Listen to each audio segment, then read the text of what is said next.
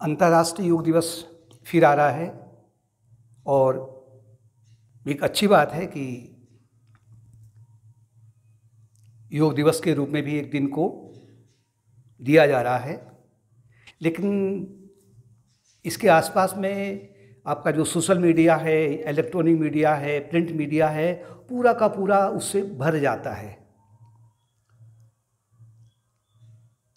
वो एक जो उत्साह है उस दिन, वो अगले दिन उत्साह वो फिर कम हो जाता है।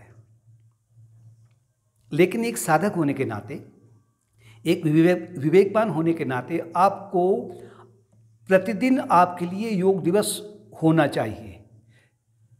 प्रतिदिन आपका जब योग दिवस होगा तो तभी आप योग का पालन ठीक से कर पाएंगे। योग का तात्पर्य क्या है? योग का तात्पर्य है जीवात्मा परमात्मा का मिलन।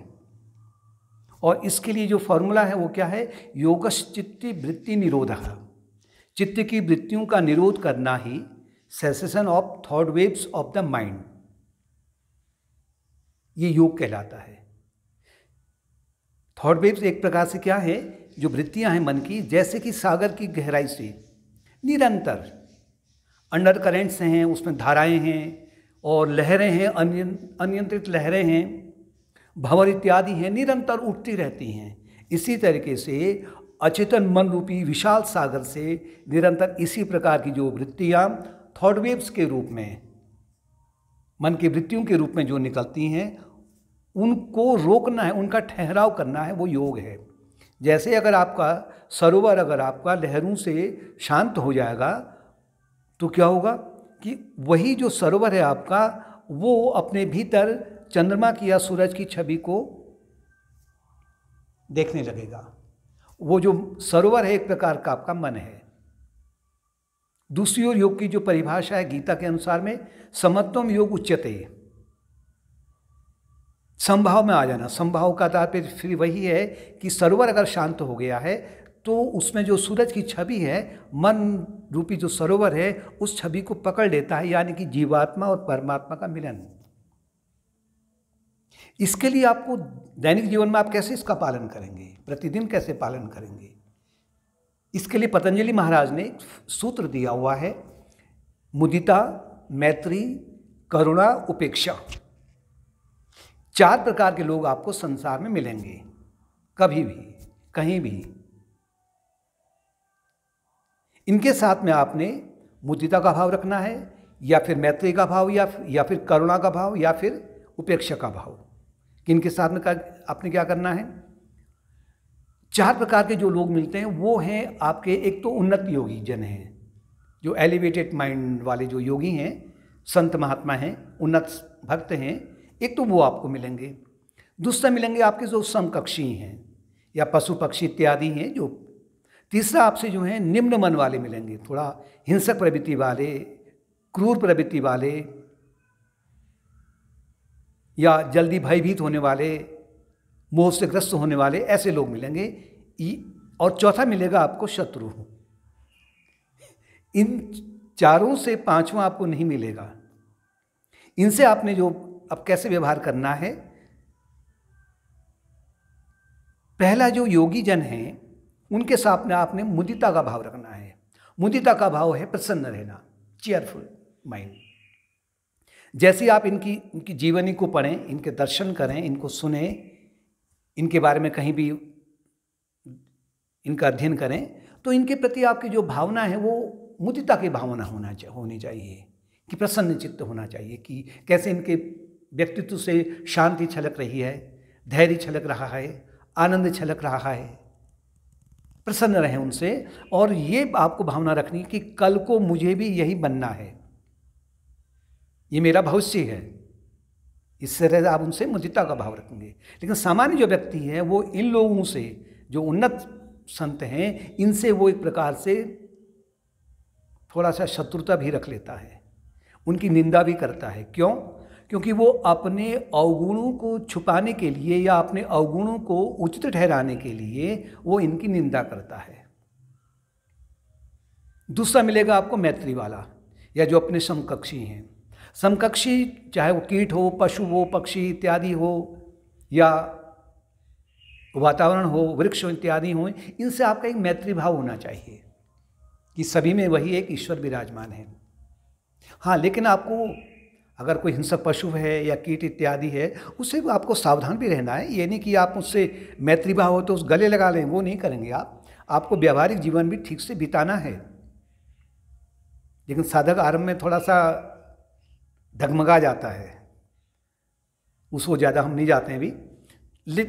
इनसे मैत्री भावना अगर आप रखते हैं तो ये निरंतर जो आपके मन से जो मैत्री भावना निकलती है, ये आपके मित्र स्वयं बनने लग जाते हैं।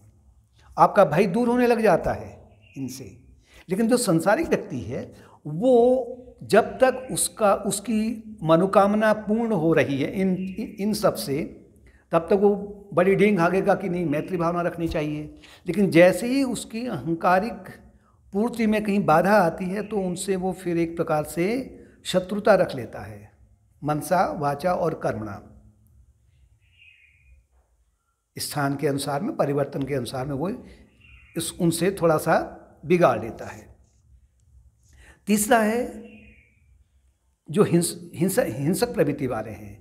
हिंसक प्रवृत्ति वाले भी हैं, जैसे कोई साथ में कोई जैसे मोहग्रस्त हैं, धैर्य खोने वाले हैं, भयभीत होने वाले हैं। तो इनके प्रति और जो क्रूर मन वाले जो क्रूर हैं, चाहे वो पशु भी क्यों न हो, कि इनके प्रति आपने अपने करुणा का भाव रखना है कि ये अपने ही अशुभ कर्मों के कारण में इस प्रकार के अनेक प्रकार के दुखों को झेल रहे हैं।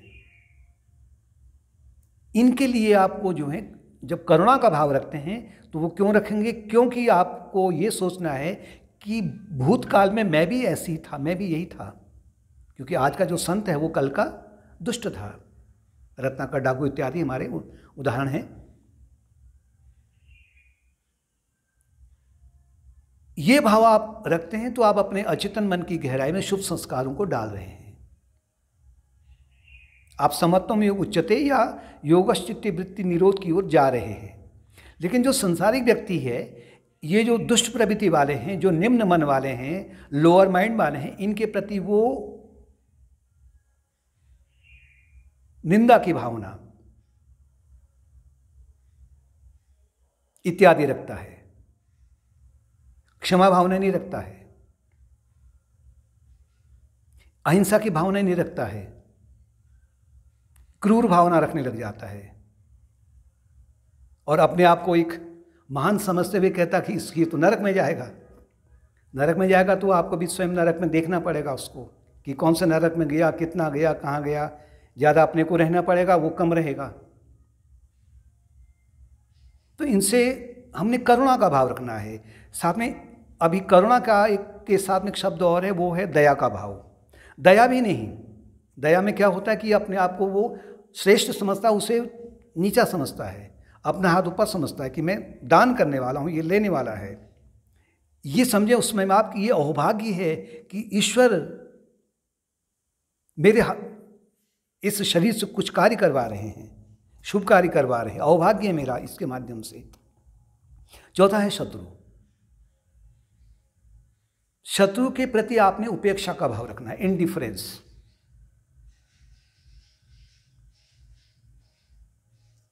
उपेक्षा का भाव अगर आप रखते हैं तो साथ में आपने विपरीत भावना भी रखनी है कि अगर क्रोध इत्यादि मन में उत्पन्न हो रहा है, हिंसा उत्पन्न हो रही, तो आपको उसके विपरीत भावना का तात्पर्य है कि आपको धैर्य की भावना, क्षमा की भावना, प्रेम की भावना, इनको उस समय में विकसित करना है।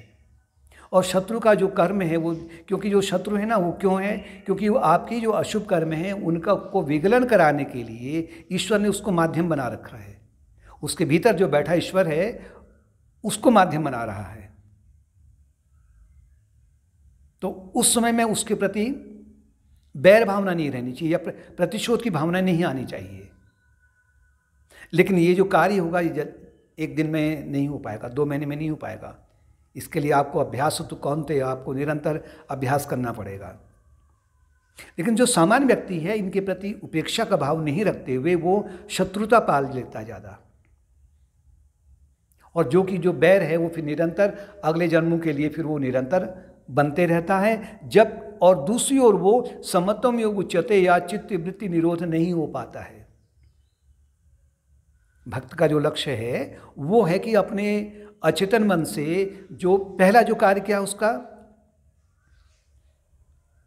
मन समत्व भाव में जब आएगा, जब वो पहले अपने अचेतन मन की गहराई से जो वृत्तियां उत्पन्न उठ रही हैं, जो अशुभ वृत्तियां हैं, काम क्रोध लोभ इत्यादि के आधार पर जो वृत्तियां हैं, इन वृत्तियों को वो पहले मुदिता, मैत्री, करुणा, उपेक्षा के वृत्तियों से उनको रिप्लेस करे, उनको हटाए। धीरे धीरे आपका जो अचेतन मन है उसमें शुभ वृत्तियां आने लगेंगी। शुभ वृत्तियां अगर आने लगेंगी तो क्या होगा कि आपका जीवन सरस होने लगेगा, आपका धैर्य बढ़ जाएगा, क्षमा बढ़ने लग जाएगी, प्रेम बढ़ने लग जाएगा, सरलता बढ़ने लग जाएगी, बैर भाव घटने लग जाएगा। और आने वाले समय में अब आपको जब इसका पालन करते हैं तो आप स्वयं देखते हैं कि पहले का जो मेरा स्वरूप था वो अब उसमें बहुत सारा परिवर्तन आ गया है। तो आप समत्वम योग उच्चते की ओर बढ़ रहे हैं, या चित्तवृत्ति निरोध की ओर आप बढ़ रहे हैं, यानी कि आप ईश्वर की ओर बढ़ रहे हैं। ये एक आपकी एक प्रामाणिक पहचान है। तो इस तरह से आपका जो योग दिवस है कि केवल वो 21 जून में ही सीमित ना रहे, वो निरंतर आपके लिए प्रतिदिन योग दिवस के रूप में आपको मनाना चाहिए उसे।